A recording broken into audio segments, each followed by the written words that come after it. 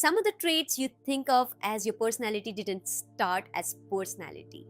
They started as ways your system learned to survive, ways of staying safe, stable, or functional in situations where something had to be managed. Because those strategies worked, they stayed. Over time, they stopped feeling like something you were doing and started feeling like who you are. And noticing that matters more than trying to change it. I want to talk about this like we're just sitting together. No big theory, no labels, just something you might notice about yourself if you slow down enough.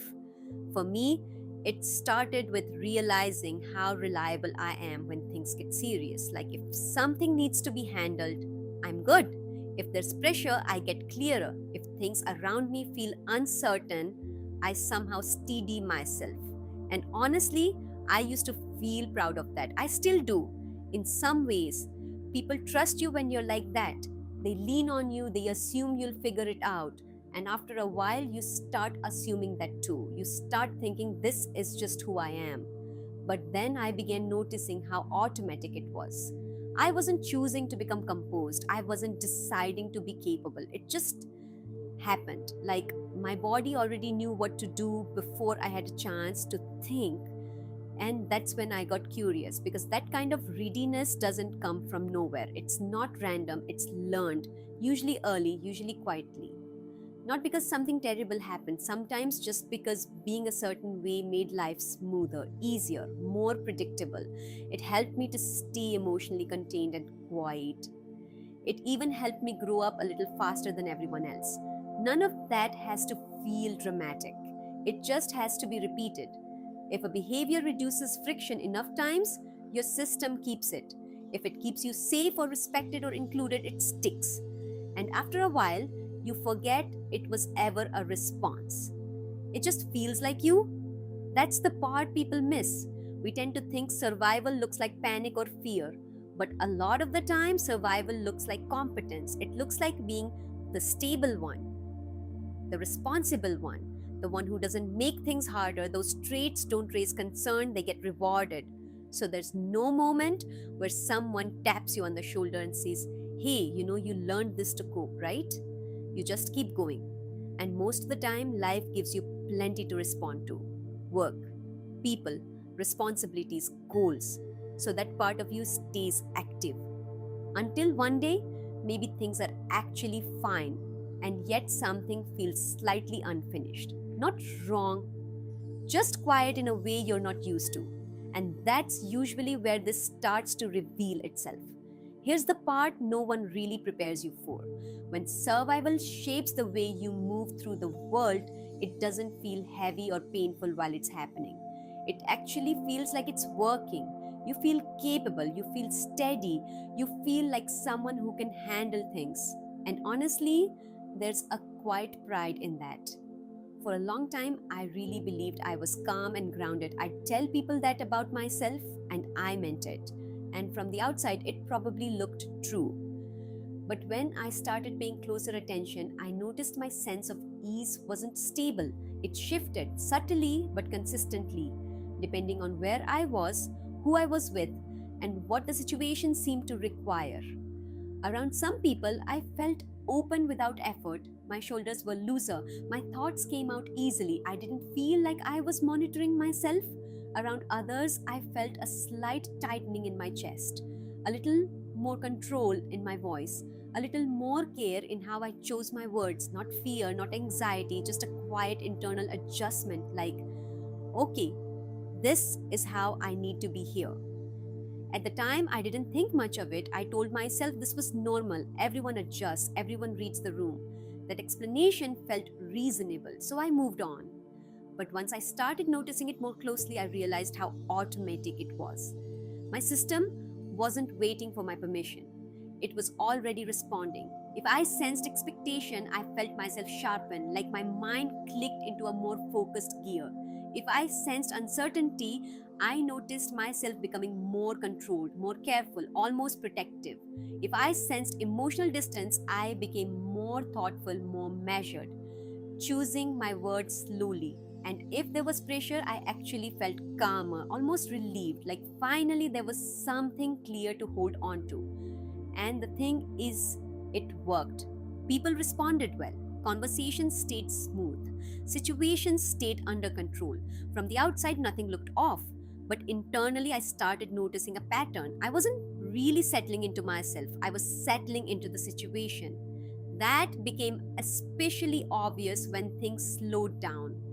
I'd finished something demanding, something that required focus and responsibility, and instead of feeling relief, there was this strange drop in my body.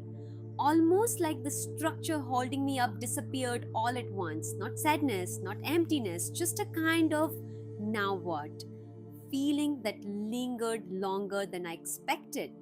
Or I'd finally have a quiet evening to myself, and within minutes, I'd reach for my phone. Not because I wanted to talk to anyone, not because I was bored, but because sitting there with nothing to respond to felt oddly uncomfortable, like my system was searching for something to orient around. Sometimes I'd catch myself replaying conversations in my head, tweaking what I said, imagining how something landed. Other times I'd start planning future conversations that hadn't even happened yet. And when I noticed that, there was often a small wave of confusion. Why can I handle so much pressure so well, but struggle to just be here? That's usually where people turn on themselves. They think something is missing: motivation, purpose, direction, emotional depth. But what's really happening is quieter than that. A lot of us learned who we were by what we did, by how we responded, by how we adapted when something was needed. So, when there's nothing to manage, there's a subtle uncertainty underneath. Not loud, just present.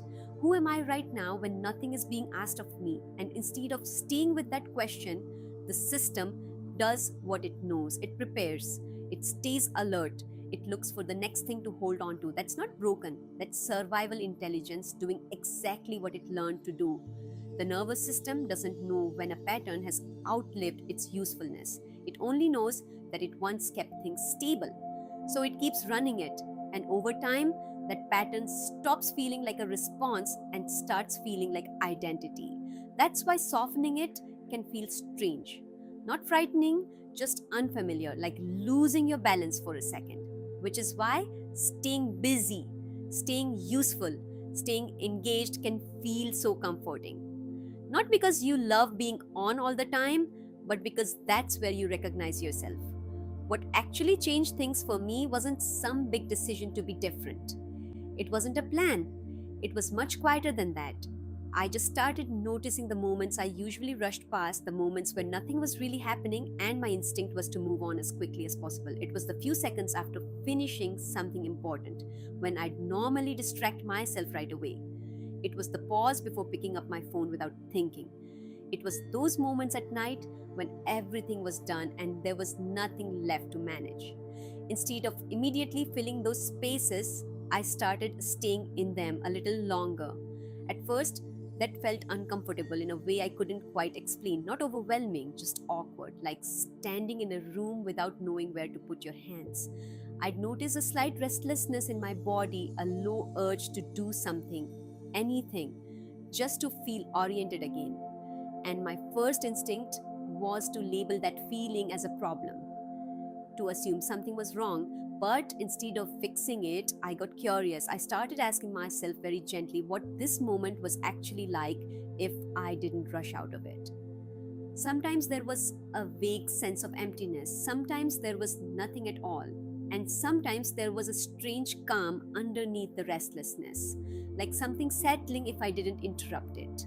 What surprised me most was realizing that my sense of self didn't disappear in those moments. I hadn't fallen apart, I hadn't lost my edge, I just felt quieter, less defined. And at first, that quiet felt unfamiliar enough to mistake for discomfort. But the more time I spent there, the more I realized it wasn't emptiness, it was space. And space felt different than anything I was used to. There was no role to step into, no version of myself I needed to maintain, no expectation I had to meet. Even internally, I wasn't being impressive, I wasn't being productive, I was just there. Slowly, that started changing how I showed up everywhere else. I noticed that in conversations, I wasn't tracking reactions as closely. I wasn't watching for cues to adjust myself mid sentence. I wasn't rehearsing what I was about to say while someone else was talking. I felt more settled in my body, like I didn't need the interaction to hold me up. And it wasn't because I cared less. If anything, I felt more present. I just wasn't using other people or situations to regulate myself anymore. There's a big difference between being adaptable and being on duty. Adaptability is something you step into when it's useful. Being on duty is something you never leave. For a long time, I didn't realize how constantly on I was, even in moments that were supposed to be restful. Learning to not be on duty didn't mean forcing myself to relax or trying to become more authentic. That would have just been another performance. What actually helped was letting my system learn slowly and through experience that nothing bad happens when I'm not managing anything. That took time and patience and a lot of gentle noticing. There were moments where I'd catch myself reaching outward again, filling space, preparing for something that wasn't even there yet. And instead of judging that, I just noticed it. Oh, there it is.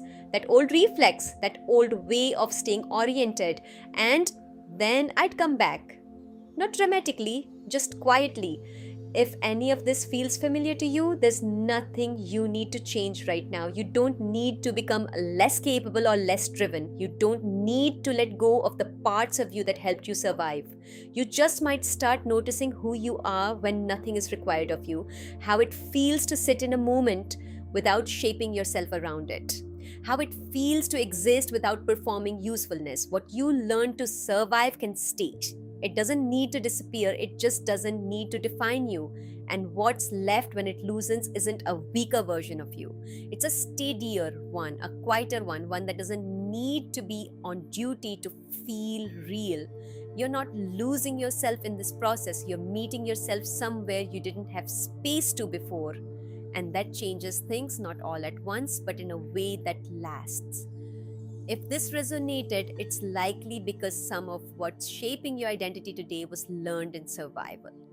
You adapted, you became capable, you learned how to function well, and that worked.